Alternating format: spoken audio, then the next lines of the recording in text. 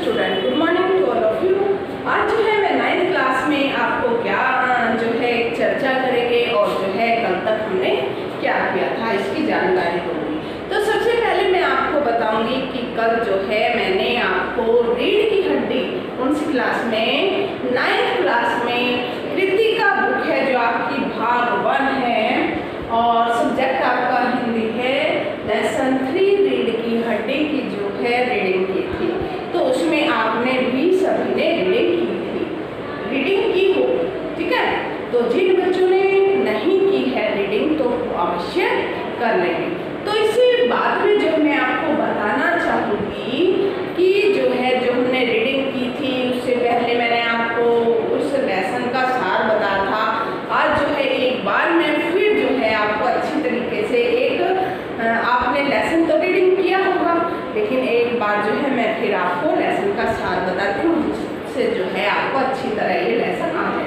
लेकिन एक बात और बताना चाहूँगी मैं बेटा, ये बुक जो है आपकी कृतिका, ये जो कृतिका बुक है इसमें से चाहे मैं या आप कितने भी क्वेश्चन क्यों ना कर ले, लेकिन बोर्ड क्लास में से जो है जो बोर्ड क्लासेस होती है उसमें जो है इस बुक्स में ओनली ये बुक जो है कृतिका, क्योंकि इसमें स्टोरी होती है, एक कहानी के तौर पर तो दी गई है ना ये, तो इसमें से जो है कुछ अलग ही वे क्वेश्चन उठ करके आपको सामने रख देते हैं कि इस क्वेश्चन का आंसर दीजिए। कि आपने जो अगर जिन बच्चों ने लेसन को अच्छी तरीके से पढ़ा होगा तो वही बच्चे उस लेसन को उस क्वेश्चन को कर सकते हैं ना। अगर आप इस क्वेश्चन को ढंग से आप क्वेश्चनों के रट्टे लगाओगे, मेन जो क्वेश्चन होते हैं 2, 4, 7, 8 जो भी दे दिए जाते हैं, अगर आप उनको ही पढ़ोगे तो आप उसमें से क्वेश्चन अगर आएगा तो ये कहेंगे ये क्वेश्चन जो है कहाँ से आ गया, यही करोगे ना, क्योंकि आप अच्छी तरह रीडिंग नहीं करते हैं। तो मैं आपसे निवेदन करती हूँ, ये कहती हूँ कि जो है बेटा आप इस बुक, वैसे तो देखो सभी बुक के लिए मस्ट है कि आप रीडिंग अच्छी तरीके से करें, लेकिन एक ये बुक जो है हिंदी में, इसमें कभी भी हम कितने भी क्वेश्चन लिख लेते हैं लेकिन वो अपने ही दिमाग से कुछ अलग निकाल कर देते हैं, ठीक है। तो सबसे मस्ट है हमारा रीडिंग, ठीक है। तो रीडिंग हमने कल की थी, तो आज जो है मैं एक बार इसका स्टोरी आपको बता देती हूँ किस तरीके की जो है ये लेसन है और क्या है। तो इसमें से कई बार क्या होता है, साथ में हमने मेन पॉइंट्स, मेन हेडिंग्स बता देते हैं कि क्या इस लेसन में आने वाला है, और फिर जब रीडिंग करते हैं तो सारा उसका हमें स्टोरी समझ आ जाती है। तो आपको भी स्टोरी समझ आई होगी, तो एक बार फिर मैं आपको इसकी स्टोरी बताना चाहती हूँ कि क्या है ये। एक काम की है, क्या है ये रीढ़ की हड्डी।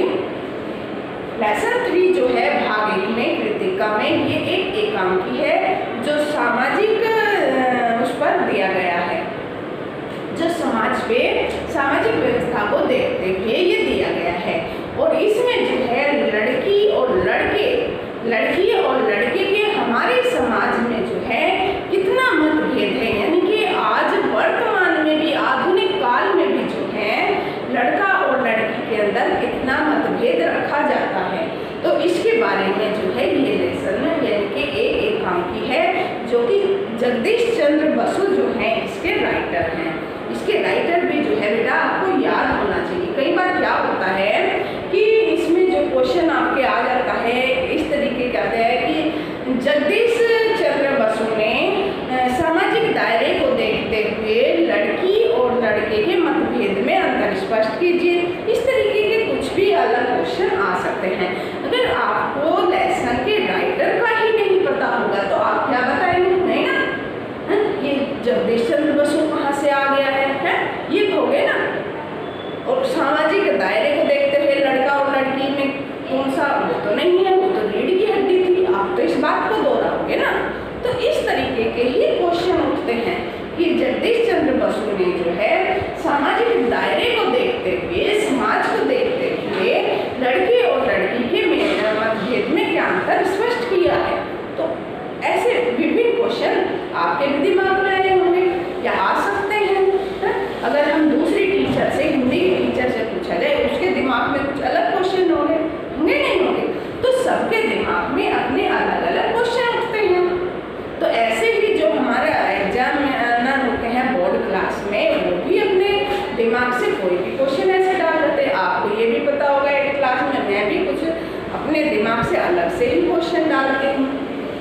डालती वही क्वेश्चन हूँ, लेकिन उसको उल्टा सीधा कर देती हूँ। आप कहते ये तो हमने पढ़ाई है ना, करते हो ना ऐसे। तो इस चीज़ को ध्यान में रखते हुए लेसन की रीडिंग जो है वो मस्ट है, ठीक है। तो जो है लेसन हम अच्छी तरीके से पढ़ेंगे। तो आइए एक बार मैं फिर आपको बता देती हूँ कि लेसन 3 जो है 9th क्लास में रीढ़ की हड्डी, उसके पाठ का सार क्या है, ये टॉपिक किसके बारे में वर्णन किया गया है। तो जो मेरे से छूटेगा वो आपको याद आ जाएगा अगर आपने ढंग से पढ़ा होगा तो चलिएगा।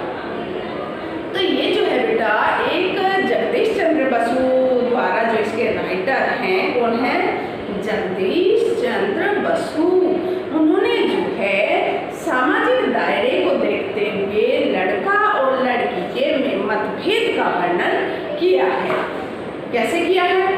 तो सबसे पहले मैं आपको बताना चाहूँगी, एक छोटा परिवार है और जैसे उसमें रामस्वरूप बाबू है तो उनका परिवार है। रामस्वरूप के परिवार के बारे में मैं आपको बताना चाहूँगी सबसे पहले।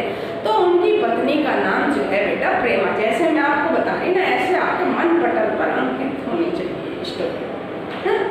तो उसकी पत्नी का नाम यानी कि प्रेमा है और उनकी एक इकलौती बेटी है जिसका नाम है उमा। क्या नाम है? उमा। उनकी इकलौती बेटी है और उसका नाम है उमा। और उमा एक ही बेटी है उनको बेटा नहीं है। तो एक उनके घर में नौकर रहता है और उसका नाम है रतन।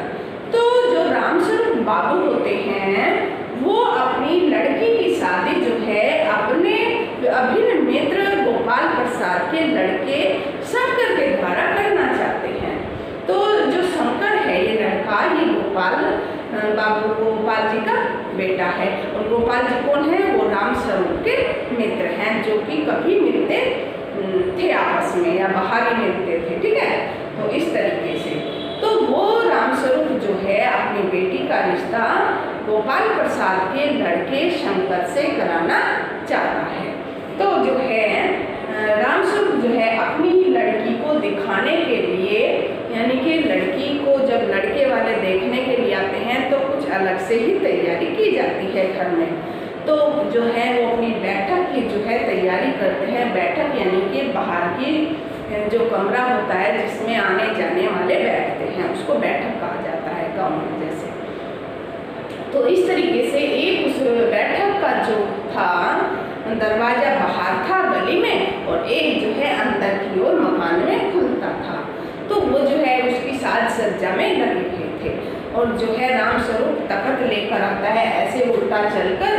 तो वो जो है नौकर को अनप शनप यानी कि बोलता रहता है, दिमाग नहीं है, तू कहाँ चला गया था जब जो है बुद्धि बढ़ रही थी, भगवान जब बुद्धि बांट रहे थे तो तुम कहाँ चले गए थे। तो थोड़ा कम दिमाग का उनका नौकर यानी कि क्या नाम है उसका बताइए? रतन। क्या नाम है नौकर का? रतन है।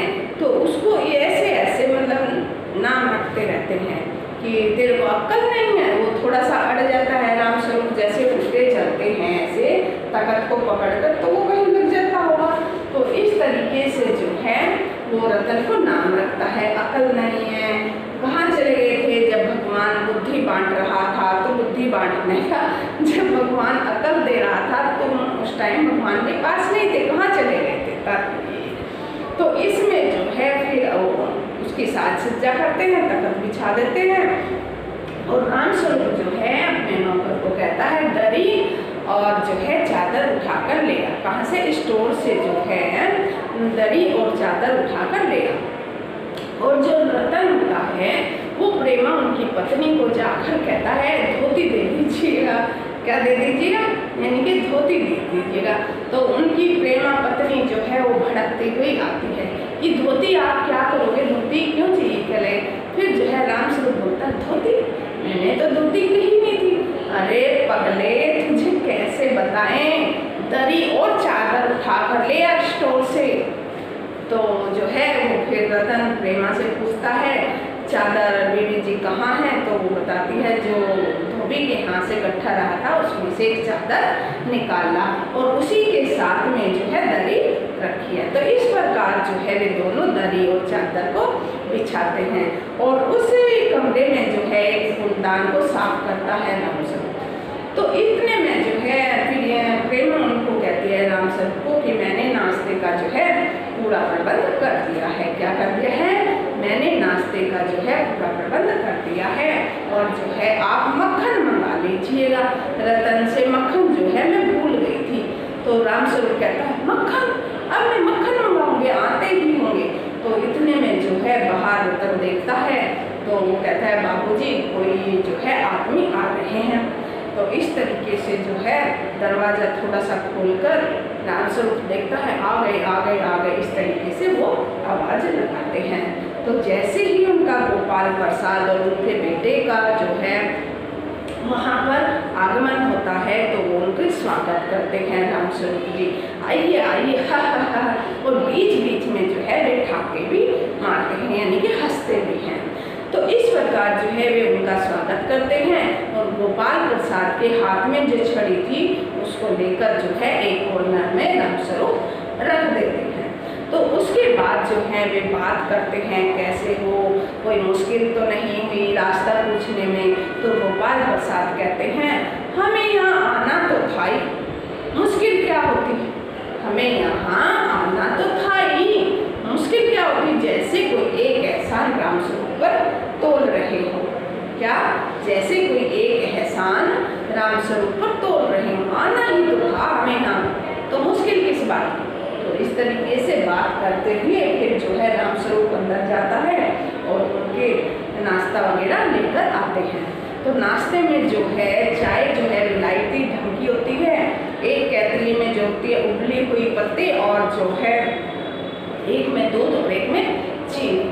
तो विलायती ढंग से जो है चाय आती है, समोसे वगैरह जो उनकी ढेर सजी हुई थी।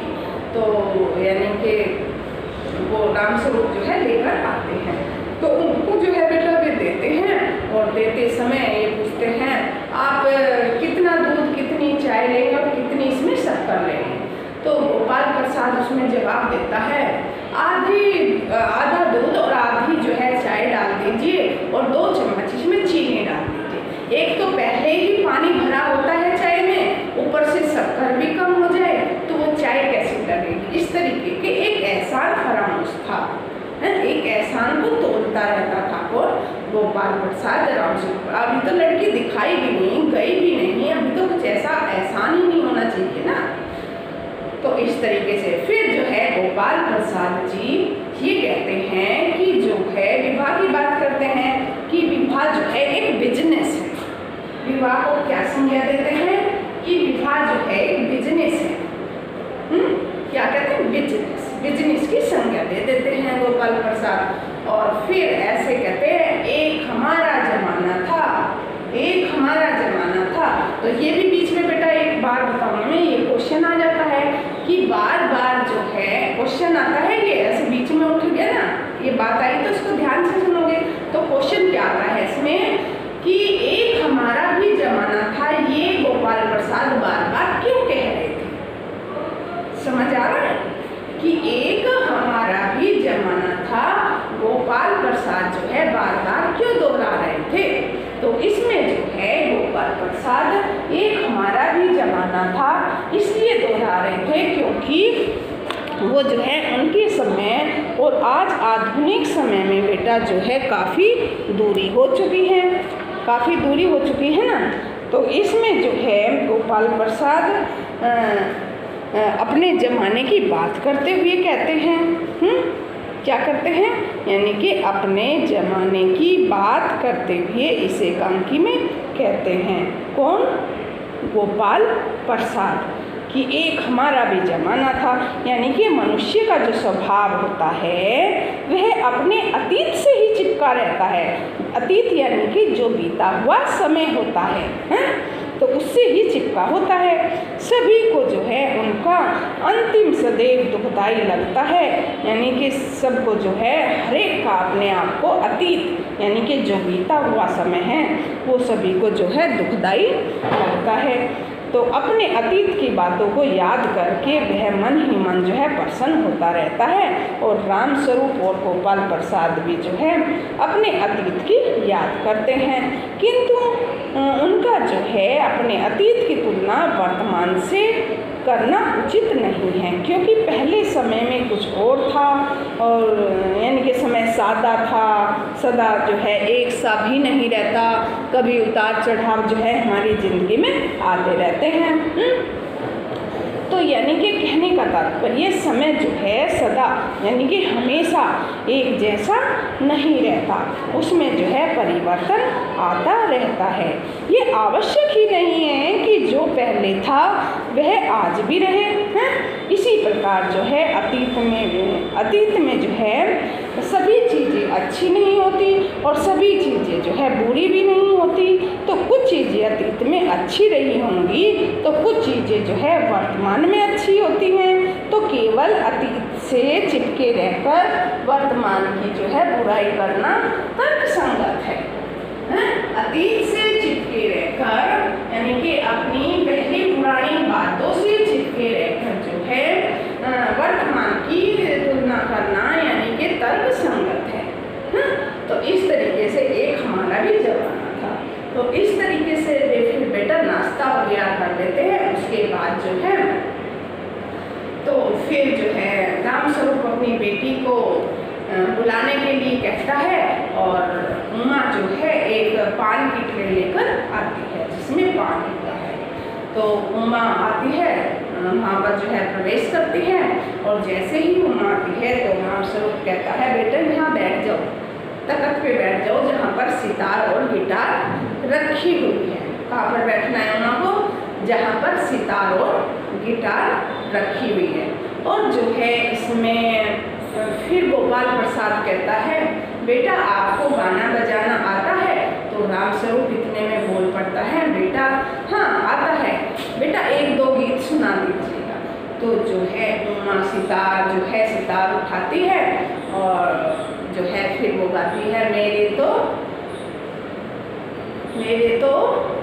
बताइए मेरे तो गोपाल कृष्ण, मेरे तो बस एक ही गोपाल कृष्ण है मुरारी। तो इस तरीके से जो है वो एक गीत गाती है, मेरे तो गिरधर गोपाल, मेरे तो गिरधर गोपाल मुरारी, वो वाला जो है वो गीत गाती है।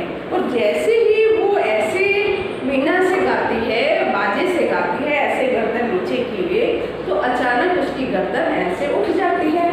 इसकी उमा की जो है गर्दनों पर उठती है और उसकी निगाहें जो है शंकर पर पड़ जाती हैं। उसके झपकते निगाहों से जो है उसकी निगाहें शंकर पर चली जाती है और वो देखती है फिर कि अचानक फिर जो है वो गाते हुए रुक जाती है।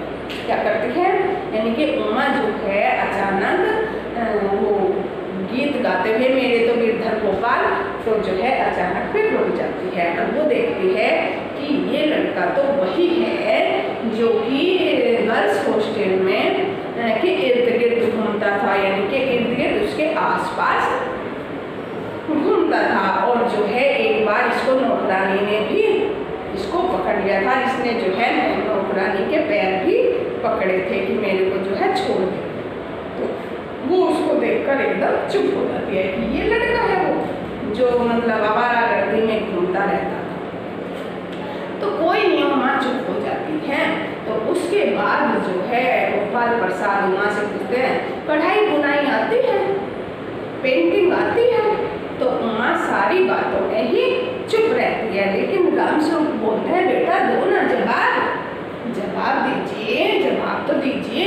तो उमा कोई भी जवाब नहीं देती। खाना बनाना आता है, बुनाई कढ़ाई आती है, संगीत आता है, पेंटिंग करनी आती है, घर का सारा काम करना आता है। इस तरीके के वो भिन्न सवाल पूछने लगता है। और बाद में जो है गोपाल प्रसाद कहता है इसको बोलने दीजिए, इसको भी मुंह खोलने दीजिए। तो फिर जो है प्रेमा पूछती है कि आप जो है वस्तु की जो है खरीदारी करने आए हैं कि लड़की को देखने आए हैं? वस्तु की खरीदारी करो तो चुपचाप खरीदारी करके तो वो मोल भाव नहीं करते वस्तु से। वस्तु कहीं बोलती है क्या? वस्तु कहीं बोलती बोलती, कुर्सी मेज ये ऐसे कोई बोलती है क्या? वस्तु के बारे में ही तो पूछेंगे बेटा। जैसे हमारा टीवी है तो उसके बारे में पूछेंगे, ये किसका है, ये कौन सी क्वालिटी का है, इसका जो है कैसी मशीनरी, कैसे इसमें वे हैं, कितने सालों की गारंटी है, क्या ये चलेगा, इसकी आवाज़ ठीक है ना, समझ रहे ना। कोई अगर हम वस्तु खरीदने जाएं तो इस तरीके के हमारे सवाल तब होते हैं। लेकिन गोपाल प्रसाद जो है वो उमा से करता है इस तरीके के लड़की देखने से। देखो उसने गाना भी गवाया, आवाज़ और चाल से भी ये कहते हैं चाल छोड़ तो ठीक है। मतलब जैसे उमा चल के आई थी तो ये भी कहा था गोपाल प्रसाद ने, हाँ चाल तो इसकी ठीक है, मतलब ये भी इतना भी। तो फिर उसकी आवाज़ भी चेक की कि कोई गाना गा के दिखाओ, उसने वो भी गा दिया। फिर कहते हैं कि पेंटिंग वेंटिंग बनानी आती है, सिलाई कढ़ाई आती है, खाना बनाना आता है, एक के बाद एक जो है वो क्वेश्चन करते रहता है। तो कौन लड़की इतना सुनेगी जो अभी गई भी नहीं उसके घर पर, अभी शादी भी नहीं हुई, तो इतने सवाल जवाब तो बाद में क्या हाल होगा। तो बाद में जो है उमा जो है उनको अच्छा जवाब देती है। क्या जवाब दिया? अभी मैंने बताया आपको कि आप जो है वस्तु खरीदने आए हैं या लड़की देखने आए हैं। जो वस्तु खरीदता है वो वस्तु उसको ये नहीं बताती मैं कितने साल चलूँगी, नहीं बताती ना, नहीं बोलती ना। तो इस तरीके से तो आप जो है अपने किस्म की लड़की को देखिए, इस तरीके से उसको अच्छी अच्छी सुनाती है। कौन? उमा। कैसे सुनाती है कि अपने लाडले को तो देखिए एक बार कि इसके जो है बैकबोन भी है या नहीं, इसकी रीढ़ की हड्डी भी है या नहीं। बैकबोन मीन्स रीढ़ की हड्डी। तो गोपाल प्रसाद जो है फिर जो है कि ये जो है कॉलेज के इर्द गिर्द भी लड़कियों के चक्कर में इर्द गिर्द घूमता था, यहाँ तक कि इसको वहाँ की जो है नौकरानी ने पकड़ लिया था। उसके जो है ये पैर भी पड़ा था। गोपाल चौंक के उठता है, कॉलेज राम स्वरूप आपने तो मुझे बहुत झूठ कहा था कि आपके लड़के जो है मैट्रिक के पास है, ये तो कॉलेज पढ़ी है। जी हाँ मैंने बीए की है, कोई मैंने जुल्म नहीं किया, मैंने बीए की है। उमा जो है ऐसे बोलती है किसको? गोपाल प्रसाद को। जी हाँ मैंने बीए की है, मैंने कोई जुल्म नहीं किया है। जुल्म तो आप कर रहे हो, एक लड़की को देखने आए हो कि नौकरानी को परखने के लिए आए हो। पढ़ी लिखी भी नहीं चाहिए, घर की साज सज्जा भी सब कुछ इसको आना चाहिए। मेरा भी जीवन है, मैं भी इंसान हूँ, मुझे भी अपने हाल पे जीना है। तो इस तरीके से जो है उमा उसको खरी खोटी सुनाती है। किसको? गोपाल प्रसाद को। जो है फिर वो पैर पटकते हुए क्या करते हैं, यानी कि पैर पटकते हुए जो है राम स्वरूप से कहता है, राम स्वरूप आपने तो जो है मुझे झूठ कहा था। क्या कहा था झूठ? कि जो है आपकी लड़की मैट्रिक ही पास है। क्या झूठ कहा था गोपाल प्रसाद ने? कि आपकी लड़की जो है मैट्रिक ही पास है, लेकिन ये तो पढ़ी लिखी मिली। तो इस प्रकार जो है वो उस पर नाराज हो जाता है। किस पर? यानी कि जिस लड़के के लिए उमा ये भी कहती है, किसको? गोपाल प्रसाद को ये भी कहती है कि जिस लड़के के लिए जिस लड़के के लिए जो है सर्वगुण संपन्न लड़की देखना चाहते हो, यानी कि सभी गुणों से संपन्न लड़की को देखना चाहते हो, उसका जो है उनका वह लड़का लड़कियों के हॉस्टल के इर्द गिर्द ताका झांकी करते हुए कई बार जो है पकड़ा गया है। तो गोपाल प्रसाद को तो पता चल जाता है कि उमा जो है पढ़ी लिखी लड़की है, और वे राम स्वरूप को कहते हैं कि उन्होंने उनके साथ धोखा किया है। क्या किया है? उनके साथ जो है राम स्वरूप ने धोखा किया है। और ये कहकर जो है वे दरवाजे की ओर बढ़ते हैं। तब उमा कहती है कि जाइए जाइए, अच्छी तरह फटकार मारी ना, जाइए और घर जाकर यह ज़रूर पता लगा लेना या पता लगाइएगा कि आपके लाडले के बेटे की जो है रीढ़ की हड्डी भी है या नहीं। जिस लड़के के लिए कुबड़ा टाइप है, रीढ़ की हड्डी भी नहीं है ठीक से, और उसके लिए जो है इतनी सर्वगुण संपन्न, सुंदर भी होनी चाहिए, चाल ढाल भी अच्छा होना चाहिए, कढ़ाई बुनाई और गाना गाना, भजन करना, कीर्तन करना, ये सब क्वालिटी उसके अंदर होनी चाहिए। तो उमा ने उसको अच्छी तरह फटकारा कि जाकर अपने घर में ये तो देख लीजिएगा कि आपके लाडले बेटे के रीढ़ की हड्डी भी है या नहीं, बैकबोन, यानी कि बैकबोन भी है या नहीं रीढ़ की हड्डी। तो बाबू गोपाल प्रसाद के चेहरे पर जो है बेबसी का गुस्सा, उसका बस नहीं चलता कि वो कुछ कर दे वहाँ पर, यानी कि बेबसी का गुस्सा शंकर के चेहरे पर और रुलावनापन आ जाता है। शंकर जो है रोने के लिए तैयार हो जाता है कि तेरी तो जो है यहाँ पर पोल खुलने लगी है एक तरीके से। तो दोनों बाहर चले जाते हैं और जो है रामस्वरूप वह कुर्सी पर धम से बैठ जाते हैं, धम से कि मेरी बेटी ने जो है उनके सामने कैसे सवाल जवाब किए हैं। वो जो है कुर्सी पर धम से बैठ जाते हैं। उमा रोने लगती है और घबराई हुई प्रेमा जो है रामस्वरूप की पत्नी, वो वहाँ पर पहुँचती है। कहाँ पर पहुँचती है? कमरे में बैठक। तो तभी जो है उनका नौकर भी वहाँ आ जाता है। कौन आ जाता है? उनका नौकर, रामस्वरूप प्रेमा का जो नौकर था, क्या लेने गया था? मक्खन, मक्खन लेने के लिए गया था। और ये देखो बेटा कि देखो मेहमान ने नाश्ता भी किया, आने के बाद बातचीत भी हुई, लड़की ने गाना भी गाया, उसके साथ भी बातचीत की गई है और कुछ बैठे भी होंगे। तो तब जो है रतन मक्खन लेके आता है। तो वो भी आलसी था ना, वह मेहमानों के लिए मक्खन लेने गया हुआ था और सभी जो है उस समय वो आ जाता है और जो है सभी रतन की ओर देखते हैं।